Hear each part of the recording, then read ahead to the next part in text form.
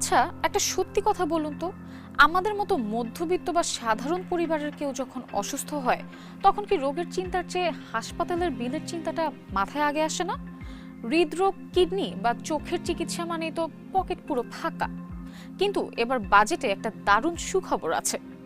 প্রথমেই আসি হার্টের রোগীদের কথায়। হার্টের রিং বা স্টেন্ট সরবরাহের উপর থেকে পুরো 10% ভ্যাট প্রত্যাহার করা হয়েছে। মানে কি জানেন?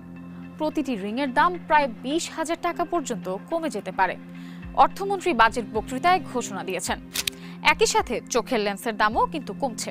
একটা চোখের লেন্সের দাম কমতে পারে প্রায় 5,000 টাকা পর্যন্ত। যারা কিডনির সমস্যায় ভুগছেন তাদের জন্য ডায়ালাইসিস ফিল্টার আমদানিতে 15% ভ্যাট এবং 5% অগ্রিম কর তুলে নেওয়া হয়েছে। ফলে প্রতিবার ডায়ালাইসিসে একজন রোগীর খরচ প্রায় 800 টাকা পর্যন্ত কমে আসবে।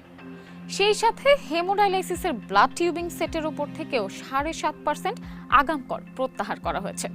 ক্যান্সার রোগীদের জন্য একটা ভালো খবর হচ্ছে, ক্যান্সারের ওষুধ তৈরির নতুন 9টি কাঁচামাল আমদানিতে বিশেষ ছাড় দেওয়া হয়েছে। ফলে ওষুধের দামও নাগালের মধ্যে আসবে বলে আশা করা যাচ্ছে। বাজেটের এই সিদ্ধান্তগুলো সত্যি কার্যকর হলে চিকিৎসা ব্যয়ে কিছুটা হলেও স্বস্তি আসবে। আপনার কি মনে হয়?